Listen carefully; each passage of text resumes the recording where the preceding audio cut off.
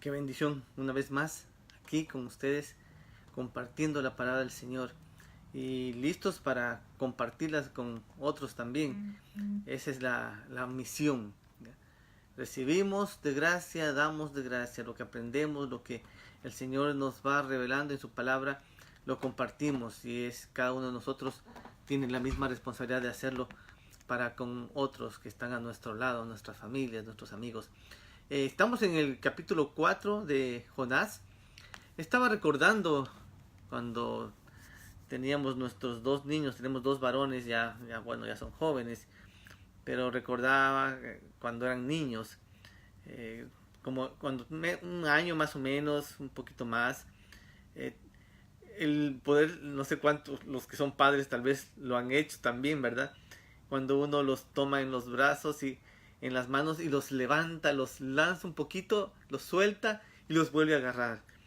Y el niño siente la sensación, y yo creo que ese vacío, ¿verdad? Como cuando uno va en el avión y hay un bajón.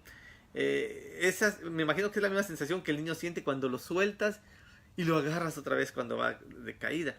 Y se emocionan, ¿verdad? Y sonríen. Luego ya son más grandecitos y a veces uno les pide que se lancen de algún lugar y con un poco de temor, pero se tiran y uno los agarra y los abraza. Luego más grandecitos, recuerdo que íbamos caminando con mi esposa y los levantábamos, uno lo tomaba de la mano y el otro del otro lado, los levantábamos y los mecíamos, ¿verdad?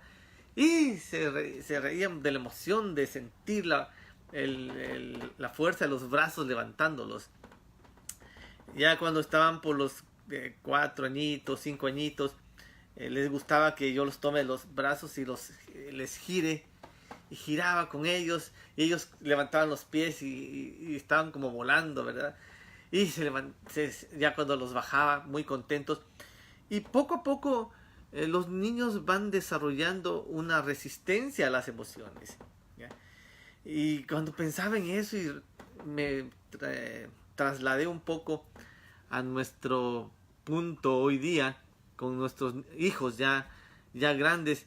Hace unos años, cuando recién me acuerdo que tuvimos la oportunidad de ir al parque de Disney y ellos se hicieron los juegos y todas las cosas y contentos y emocionados de sentir los carritos y las montañas y todos los juegos que hay ahí, bajaban de cada juego emocionados, ¿no?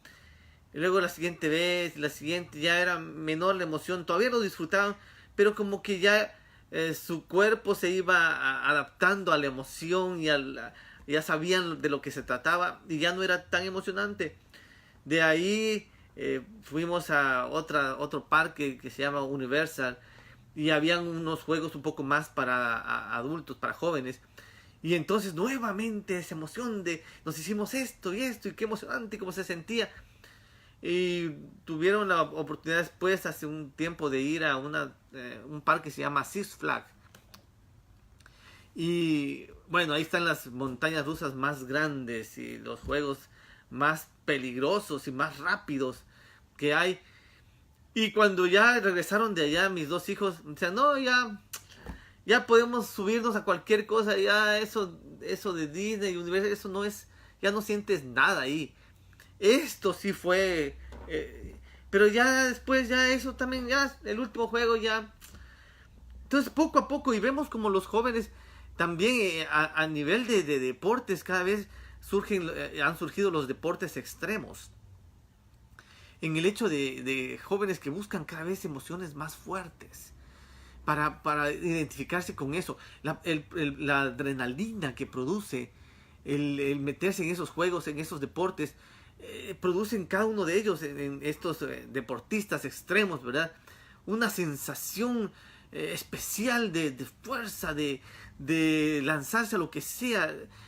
Realmente es esto de los deportes extremos nos enseña cómo la juventud poco a poco va tomando aún extremos más grandes en cuanto a las emociones que están sintiendo.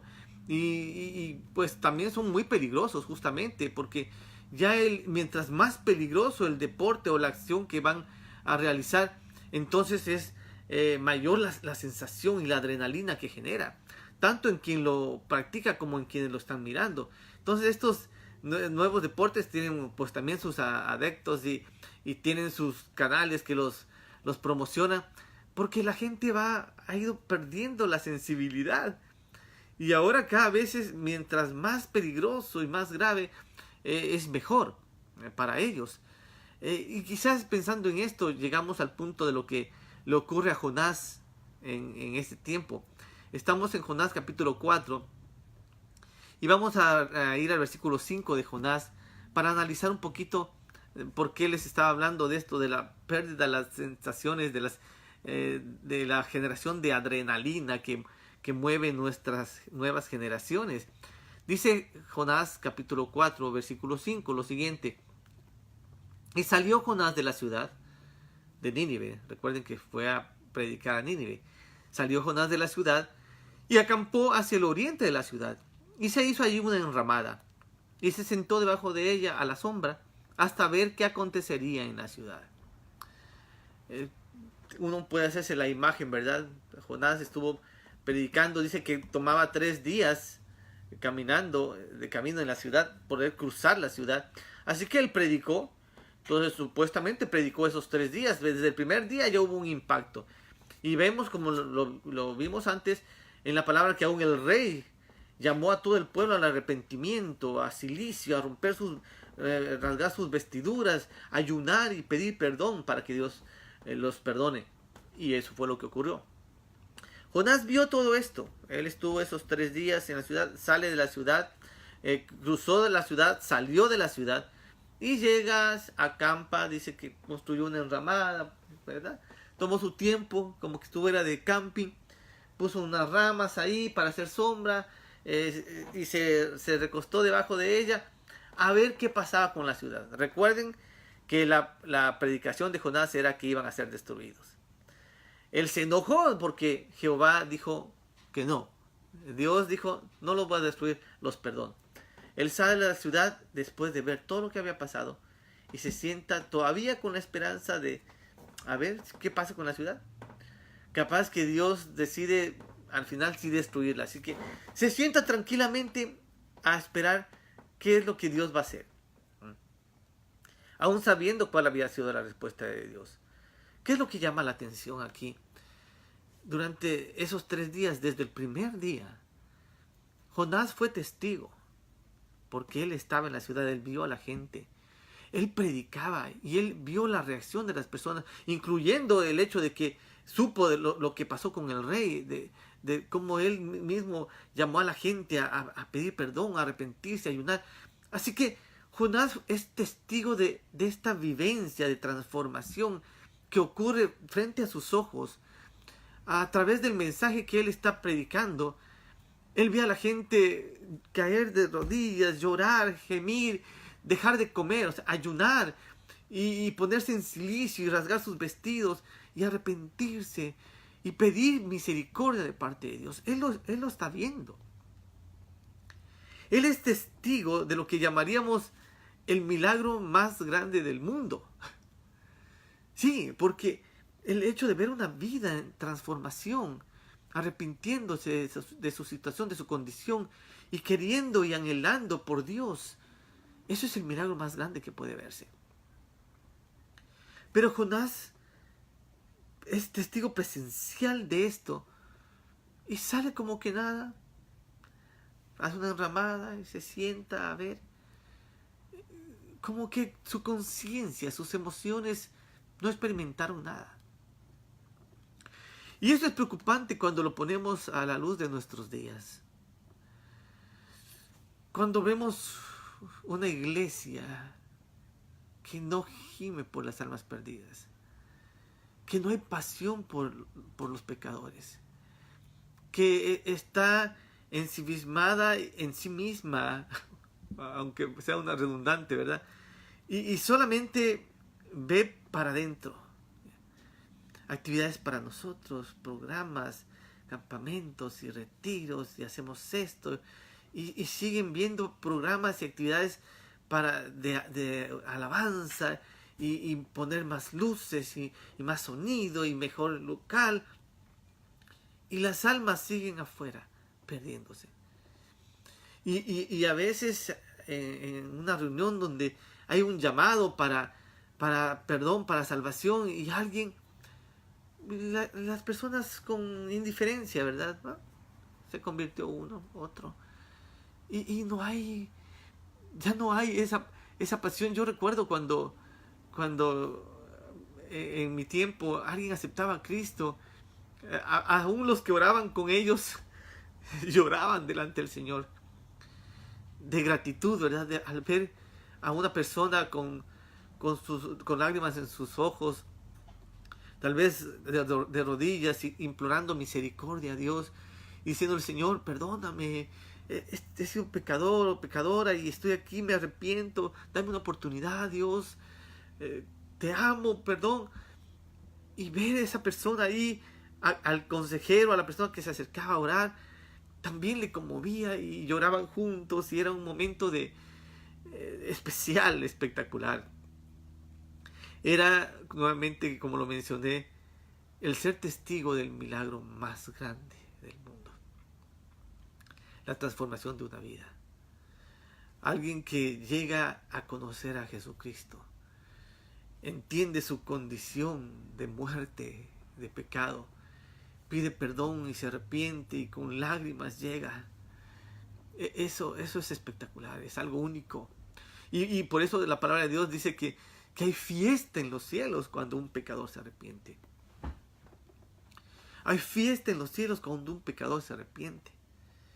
Tú no ves la misma expresión de que haya fiesta o celebración cuando un enfermo se sana, o cuando un endemoniado es liberado, o cuando un grupo de personas habla en lenguas, o que alguien son bautizados por el Espíritu Santo. Esa expresión de fiesta y de celebración no es la misma. Es diferente. Hay fiesta, hay un acto especial por una vida transformada. No quiere decir que lo demás no ocurra, claro.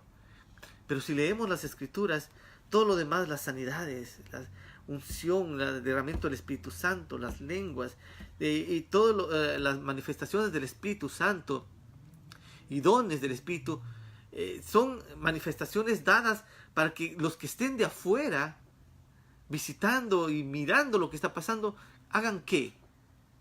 Se conviertan. O sea, aún todas las manifestaciones de poder de parte de Dios a través del Espíritu Santo es para que la gente, al ver al Dios poderoso que se está manifestando, se vuelvan de su pecado, de su mal camino, y quieran entablar una relación de intimidad con Dios. Es para eso el propósito de todo. Es decir, que todo en la palabra de Dios nos guía a un propósito maravilloso. Que un pecador se vuelva de su condición y decida entregar su vida a Jesucristo.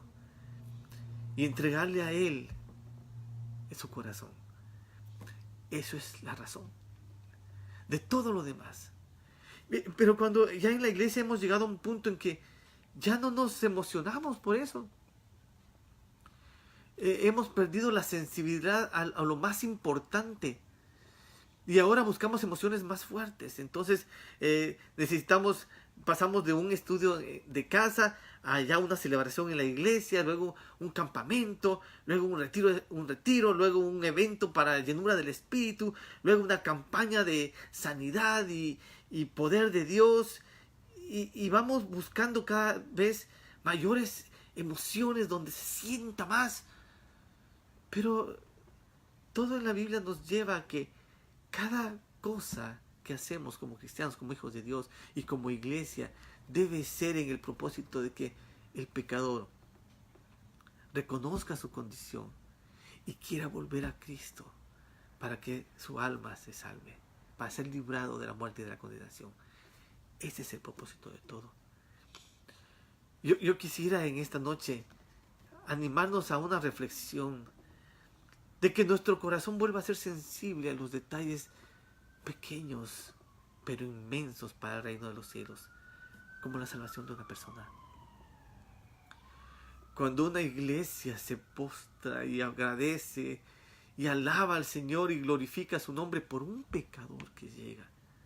O por 5, o por 15, o por 30, porque esa fue la razón y ese es el sentir de existir de la iglesia. Predicar el Evangelio para que los pecadores conozcan a Cristo y se arrepientan y comiencen su vida de seguir al Señor en su discipulado. Eso es nuestra razón de existencia. Quiero que nuestro corazón nuevamente, cuando estés un domingo y veas a alguien, quizás haya una lágrima en nuestros ojos y digamos: Señor, estoy presenciando lo más grande que se puede presenciar. Tal vez no hubo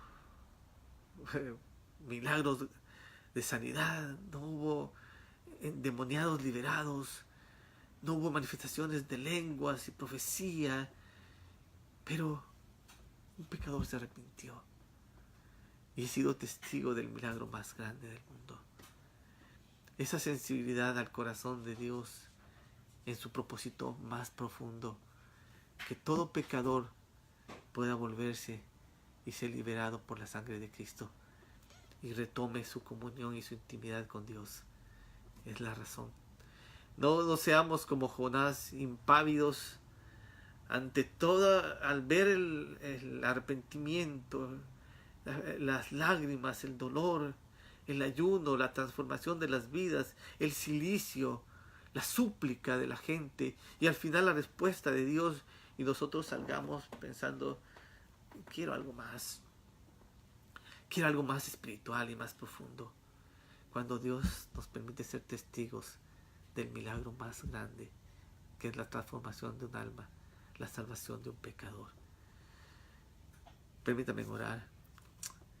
Espíritu Santo, nos ponemos delante de ti, Señor, y te ruego que nuevamente pongas y transformes nuestros corazones, que quizás de alguna manera se han endurecido, Señor, y nos hagas sensibles a tu presencia, Espíritu Santo, porque tú eres el que redarguye, el que transforma, el que lleva a un alma a una decisión de buscar de Dios. Y nos ayudes a entender que cuando somos testigos de algo así, estamos experimentando el milagro más grande que alguien puede observar. Una vida transformada. Alguien que estaba muerto y ahora vuelve a la vida. Alguien que estaba perdido y es recuperado. Alguien que estaba en el pecado y en la perdición y ha vuelto al camino de su Salvador. Señor, transforma nuestros corazones y danos ese corazón sensible a aquello que tú disfrutas, Señor, a las almas que se pierden, para ir en búsqueda de ellas, Señor, para ir a predicarles, para que nuestro mayor sentir sea, Señor, el que te conozcan, el que se vuelvan de sus caminos, Señor, y pongan su corazón en tus manos. Gracias, oh Dios, por la oportunidad que nos has dado de ser salvos, de haber vivido en carne propia esa experiencia. Señor, y cada uno puede recordar el momento en que te conoció. ¿Qué hay más maravilloso que eso? Todo lo demás, Señor, es un aprendizaje, es seguir conociendo, es aprendiendo de ti, sabiendo más, Señor, siguiendo tus pasos, conociéndote en intimidad contigo, pero nada es comparable con ese primer momento, Señor, donde tu gracia se derramó de tal forma y sentimos, Señor, como tu sangre nos limpia, Señor, nos transforma, donde nuestra manera de pensar, de ser cambió, donde le dimos un nuevo sentido a nuestra existencia al conocerte. Señor, ayúdanos a valorar esos momentos y a ser sensibles en tu espíritu, Señor, a cuando tú estás actuando y moviéndote en medio de tu pueblo. Yo bendigo a cada hijo e hija tuya que está mirando, Señor. Y Espíritu Santo, te ruego que seas tú sensibilizando nuestros corazones, para que cuando experimentemos cada vez esa nueva sensación de ver un cristiano nuevo naciendo, una vida transformada, un pecador volviendo, Señor, nuevamente nuestro corazón se postra en gratitud delante de ti. y experimentemos, Señor, la sensación de ser testigos del milagro más grande, una vida transformada. Gracias, Señor, por tu obra. Gracias por tu palabra. Gracias, Señor, por enseñarnos qué es lo que hace y mueve tu corazón. Gracias por esta noche y por la vida que nos das. En el nombre de Jesús. Amén.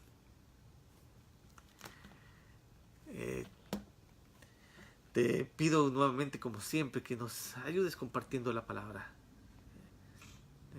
A veces no entendemos cómo un gesto, un libro, un tratado, un video, una canción puede llegar al corazón de alguien en necesidad y Dios usarlo a través de su Espíritu Santo y transformar una vida. No es por extender más, tener más views en Facebook o más gente registrada en una página o en un canal de YouTube. Es porque hay millones de personas que necesitan escuchar una palabra, no polémicas, no videos amarillistas o críticas o juicios, sino palabra, enseñanza de la palabra, algo que toque el corazón de las personas. El oír la palabra de Dios transforma. La palabra de Dios es la que hace ese milagro a través del Espíritu. Así que ayúdanos compartiendo. Ese es el propósito, ser parte de este ministerio, llegando al corazón de otros, para que muchos más conozcan quién es nuestro Dios, nuestro Salvador, y disfruten de esa vida eterna. Un abrazo fuerte de parte de mi esposa Teresita, de su servidor, Pastor Jonathan Prado, desde la ciudad de Corona, en California. Les mandamos un abrazo muy fuerte a cada uno de ustedes. Por interno estaré saludándolos y contestando sus inquietudes. Y nos vemos el día de mañana. Recuerden que estamos terminando ya con el libro de Jonás y tendremos la próxima semana algo nuevo, especial y diferente. Siempre de la palabra de Dios para nuestros corazones y para nuestra vida práctica. Que el Señor les bendiga. Un abrazo.